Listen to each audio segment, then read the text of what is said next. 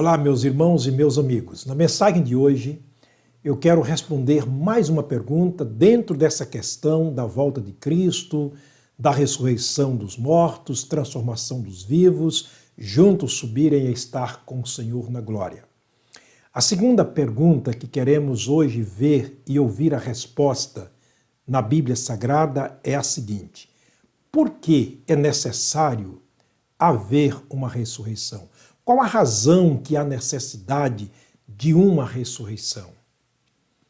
Morreu, não acabou? Essa é a ideia de muitas pessoas. Essa era a minha ideia também.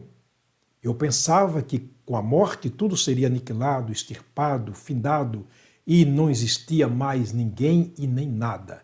Não, as coisas continuam como dantes. Sim, acredite nisto. Haverá morte, sepultamento e ressurreição. A vida de Cristo neste mundo, todos os trâmites pelos quais ele passou, é uma indicação de que acontecerá conosco também. Ele disse que o que ele foi neste mundo, nós também o seremos. Então não há dúvida, não há segredo aqui. A Bíblia Sagrada é um livro muito simples. Aconselho a você lê-la e tentar memorizar e guardar a palavra de Deus. Isto te faz muito bem. Vamos então responder a pergunta: por que há necessidade de uma ressurreição? Entendendo que há duas ressurreições. Nós estamos tratando da ressurreição dos salvos, da ressurreição dos justos, da ressurreição dos que estão em Cristo. A segunda ressurreição não será neste momento.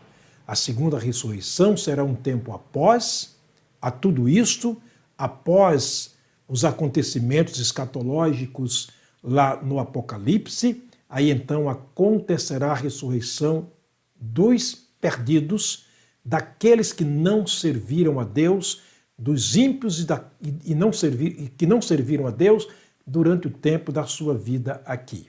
A coisa é muito simples de se compreender. Mas vamos lá responder a pergunta. No caso dos salvos, por que é necessário que haja uma ressurreição? No caso do povo de Deus. Essa é a nossa questão em pauta. Paulo, escrevendo aos Coríntios, no capítulo 15, conforme foi citado aqui já várias vezes, é a base das nossas respostas, ele responde com muita propriedade essa questão. Olha o que ele diz no versículo 50. A carne e o sangue não podem herdar o reino de Deus, nem a corrupção herdar a incorrupção. Está vendo por que tem que haver transformação? Por que tem que haver uma reabilitação da parte de Deus para aquilo que é mortal se revestir da imortalidade e aquilo que é corruptível se revestir da incorruptibilidade, porque a carne e o sangue, que são corruptíveis ou corrompidos por causa do pecado, sujeitos à morte por causa do pecado, precisa passar para um estágio espiritual. Isso só pode acontecer na ressurreição do corpo. Aqui não há diferença. Todos nós temos a mesma carne, o mesmo sangue, porém com princípios diferentes. E esses princípios é que norteiam a nossa vida e nos conduz para um final feliz ou infeliz. No caso daqueles que servem a Deus, aqui um princípio muito feliz.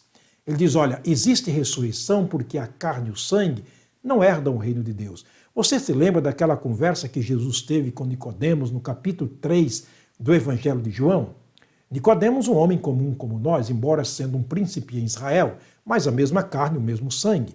E ele chegou e disse para Jesus, Senhor, mostrou interesse pela salvação da sua alma e disse, eu reconheço que tu és mestre vindo da parte de Deus, porque ninguém pode fazer esses sinais que tu fazes se Deus não for com ele. Jesus olhou firmemente para Nicodemos, sem titubear, e disse, Nicodemos, aquele que não nascer de novo não pode entrar no reino de Deus. Já que a questão é entrar no reino de Deus, a salvação da alma, Jesus foi muito claro. Aquele que não nascer de novo não pode entrar no reino de Deus. Mas como, Senhor, pode acontecer isso? Sou um homem velho, voltar no ventre de minha mãe e nascer segunda vez? E Jesus disse, não.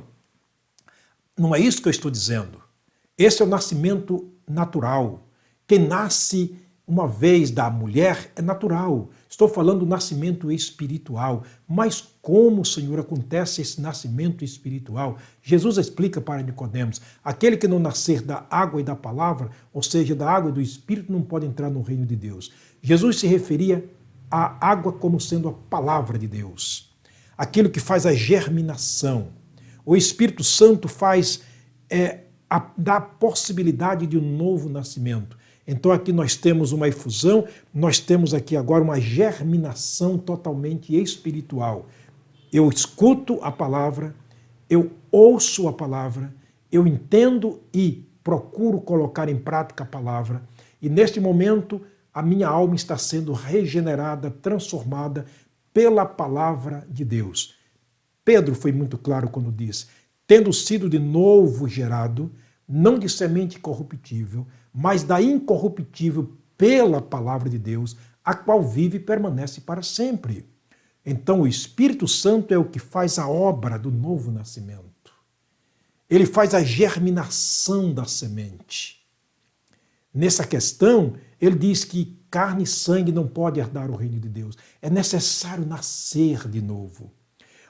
A ressurreição é praticamente um nascer de novo do corpo, porque o nascimento da alma foi no momento que recebeu Jesus como Salvador. 2 Coríntios 5,17, se alguém está em Cristo, nova criatura é, as coisas velhas se passaram, eis que tudo se fez novo. Aqui é a salvação da alma, a regeneração do espírito, no momento que recebemos Jesus como Salvador. João capítulo 1, versículo 12, mas a todos quantos o receberam, deu-lhe Deus o poder de serem feitos filhos de Deus. A regeneração, nascimento espiritual na família de Deus. A ressurreição dos corpos na volta de Jesus é um nascimento, é o que a Bíblia Sagrada chama de redenção do corpo, a regeneração do corpo, transformação desse corpo velho para um corpo novo semelhante ao corpo de Jesus. João disse na sua primeira carta, capítulo 3, versículo 2, ele disse, filhinhos, agora somos filhos de Deus, mas ainda não é manifestado o que havemos de ser. Mas sabemos que quando ele se manifestar, quando ele vier, seremos semelhantes a ele, porque assim como é, o veremos. Então, muito simples a resposta por que é necessário que haja ressurreição. E para terminar, Salomão, o grande sábio de Deus, escreveu dizendo o seguinte, o pó volta à terra como era e o espírito volta a Deus que o deu. Eclesiastes 12, versículo 7. Não é simples de se entender. Então, se alguém se perde diante da palavra do Senhor, não há de que se queixar. Não há como chegarmos diante de Deus e dizer que nós não ouvimos, que nós não aprendemos. Eu sei que há muitas mentiras neste meio chamado evangélico, há muitas falcatruas, há muitos interesses pessoais, porém eu te garanto uma coisa. Estamos aqui representando a Segunda Igreja Batista Bíblica, a qual eu pertenço como servo e pastor, na seriedade da palavra de Deus, não falsificando a palavra de Deus, mas sendo sincero como ela é e como ela nos diz, é claro, baseado na revelação que Deus dá a mim como pregador do Evangelho. Você não pode confiar em mim, mas pode confiar na palavra que eu estou pregando, porque ela é a palavra de Deus. Deus te abençoe, Deus te guarde. Minha intenção é te ensinar aquilo que eu aprendi com outras pessoas através da palavra do Senhor. Vamos orar? Pai, muito obrigado, Senhor, por ter nos trazido aqui mais uma vez juntos no globo terrestre.